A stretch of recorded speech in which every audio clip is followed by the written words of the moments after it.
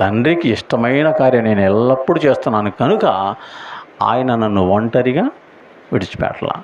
యోసేపును ఒంటరిగా విడిచిపెట్టాడు దేవుడు. ఎందుకని? యోసేపు ఎప్పుడు దేవునికి ఇష్టంగానే జీవించాడు, పాపం నుండి దూరంగా పారిపోయాడు.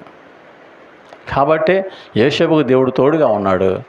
ఏమండి, యోసేపు సింహాసనం ఎక్కగా ఆ భూమి అంతా విస్తారంగా పంట పండింది. యోసేపు చేసే ప్రతి పనిని దేవుడు దీవిస్తాడు. పోతీఫర్ ఇంట్లో ఉంటే యోసేపు ఏం చేశాడండి? యోసేపుకు ఆ పోతీఫర్ ఏ పని తప్పచెప్పాడు, ఆ పనిలో గొప్పగా రాణిస్తూ ఉన్నాడు. అదంతా తెలుసుకున్న పోతీఫర్ ఏం చేశాడు? యోసేపు తన ఇల్లంతటి మీద అధికారిగా చేశాడు.